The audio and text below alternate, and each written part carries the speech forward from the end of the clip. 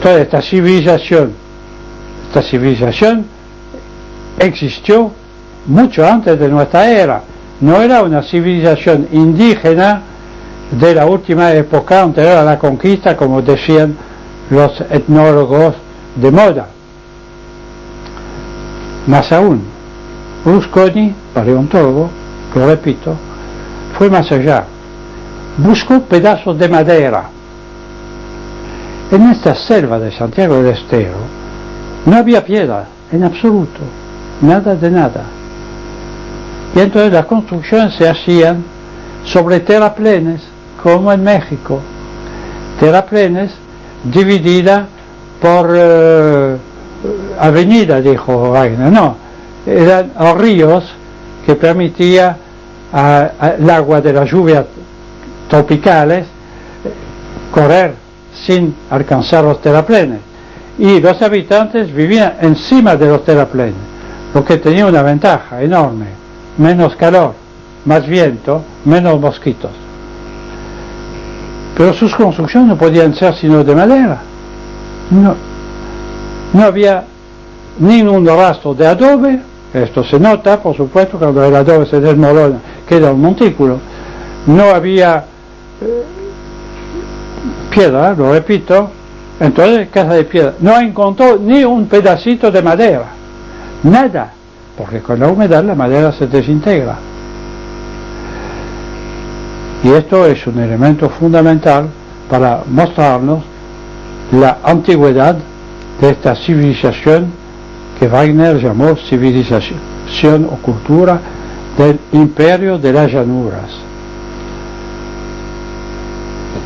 Seguimos más abajo, llegamos a Córdoba. Córdoba, la sierra de Comechingones, pertenecía al imperio de la llanura. Esto lo sabemos históricamente. Cuando los conquistadores españoles en 1500 y pico entraron en esta sierra de los Comechingones, se encontraron con indios sumamente raros. En primer lugar, eran indios mucho más altos que ellos, que los españoles. En segundo lugar, andaba vestido con lana o cuero finamente trabajado.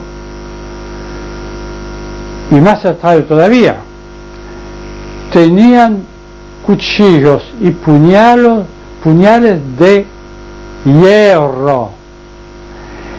Y Diego de Rojas nos define perfectamente la cantidad de estos indios comechingones que encontró, alrededor de 30.000. Todos los varones adultos, va a decir la cuarta parte, todos tenían un cuchillo o un puñal de hierro. Y él dice, habrán llegado españoles antes de mi expedición oficial, y habrán canjeado 7 o 8 mil cuchillos de hierro o de acero, no sabemos. Y los españoles no solían canjear sus armas con los indios que los atacaban o que se defendían. Más aún, estos supuestos indios, barbudos como cristianos, dice Diego de Rojas. Un indio barbudo nunca se vio. Barbudo como cristiano, es decir, con una barba completa.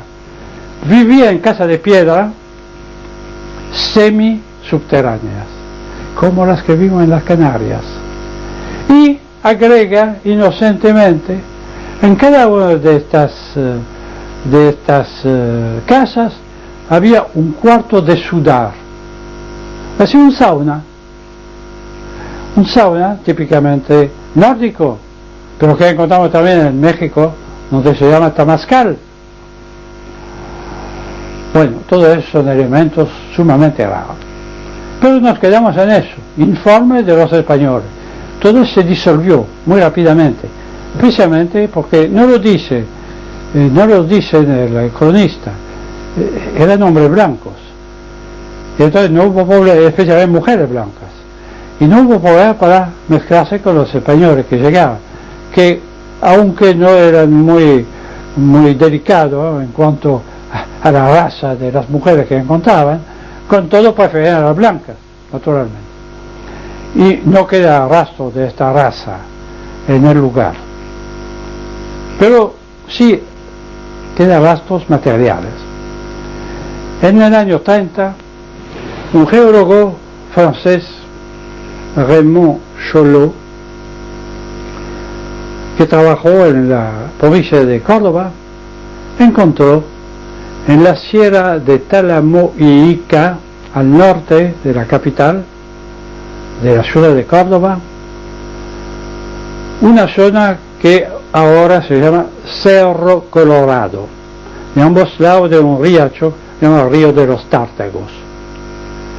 Y encontró en esa zona totalmente inhabitada en aquel entonces, ahora era un pueblito para turistas, y encontró en algunos abrigos bajo roca naturales frescos pintados, frescos extraordinarios, que nos muestran no las figuras estáticas de la pintura indígena de toda parte de América, sino figuras de individuos movedizos, escenas de combate, escenas de cacería, prácticamente del mismo estilo que los frescos del Levante español, que se remonta al Neolítico y al Mesolítico, y también bastante semejante a los frescos del Tassili sahariano. Se interesó mucho, relevó algunas de ellas como podía, y como no sabía dibujar fue desastroso. Pero en estos frescos encontró inscripciones rúnicas hiperbóreas. Él se equivocó, dijo son inscripciones vikingas. No, en absoluto, las inscripciones vikingas están hechas de runas alfabéticas. No, aquí tenemos una de esas inscripciones que él relevó. Es un barco muy semejante a los barcos nórdicos, con signos rúnicos encima, que comparamos con otra de Escandinavia. Hay otras inscripciones acá que él dibujó, también del mismo tipo.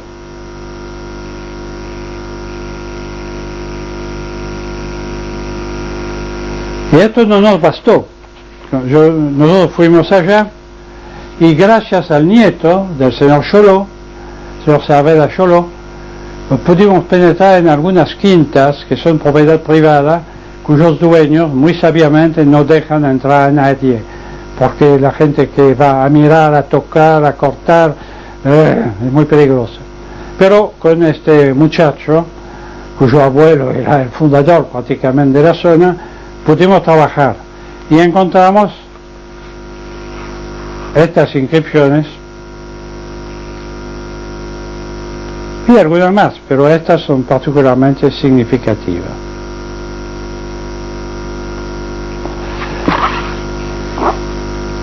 El doctor ingeniero Raymond Cholot relevó en la sierra de Tálamo y Ica una leyenda tradicional de los habitantes que ha perdurado.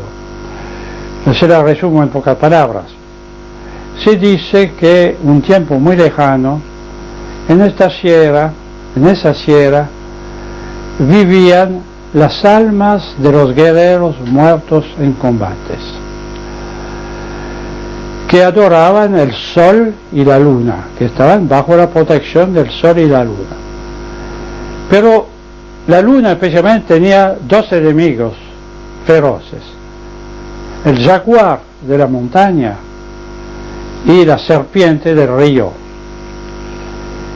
La serpiente del río se arregló para atraer una por una a las almas y hacerlas desaparecer. Y entonces el jaguar subió en la cima de una montaña y agarró la luna en sus fauces. Pero los hombres comunes que vivían abajo, empezaron a chillar, a gritar, a amenazar al jaguar. El jaguar soltó la luna, pero la luna estaba muy inquieta y se dio cuenta de que estaba mal defendida y entonces trajo a la sierra de Talamoica un pueblo que ya creía en ella y que vivía en una orilla sumamente lejana y que vino a establecer en la zona. Esto parece un cuento sacada de la Edda nórdica, y que debe ser Ragnarök, es el ocaso de los dioses, que en este caso no se realizó. ¿Por qué? Porque los habitantes primitivos, que eran los troyanos, los descendientes de los troyanos, recibieron un refuerzo. Y Cholo no se había equivocado tanto. Este refuerzo era de vikingos, pero esto es otro asunto. Ahora yo termino en un punto, porque hay derecho también a mostrar algo gracioso. En las Canarias había un tipo de perro sumamente extraño. Este perro no tenía pelo, apenas una pequeña mecha en el tope del cráneo y otro en la punta de la cola. Y estaba de puro cuero, gris muy oscuro o negro, gordito, rechoncho, estúpido como ninguno, sin afecto para sus amos, un perro que no era perro. Y solo servía para una cosa: lo comían los guanches de las Canarias. Este mismo perro lo encontraban en México, todavía está. Y todavía lo comen en el campo. Riquísimo, dicen. Bueno, y lo encontramos en Tucumán. Este perro, idéntico, existe todavía, se lo llama perro pila. No sé lo que significa esta palabra, pero una colaboradora mía tenía uno, se murió ella y el perro. Era un animal para mí repugnante, entre paréntesis, ¿no? Gordito así, bajito, de pata corta, estúpido, sin pelo. Parecía sarnoso y no, era muy sanito. Bueno, aquí yo tengo tres figuras. Uno es de Troya, la otra de las Canarias y la tercera de México. Aquí está.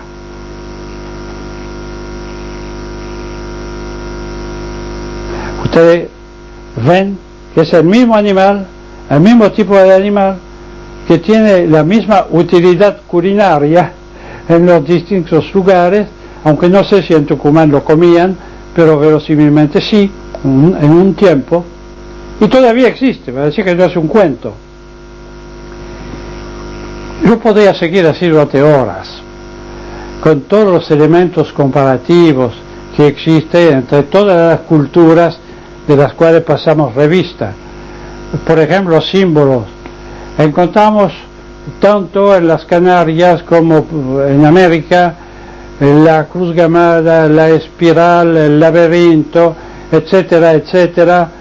Hay otras inscripciones rúnicas que tengo publicadas, pero esto nos llevaría realmente lejos, especialmente porque yo tengo sumo interés en pasar a otro aspecto del problema. Yo decía hace un momento que en la sierra de Córdoba, la sierra de los Comechingones, hubo un aporte de otra raza blanca. Y este aporte lo encontramos también en América Central y en América del Sur. Esto hablaremos en otra oportunidad.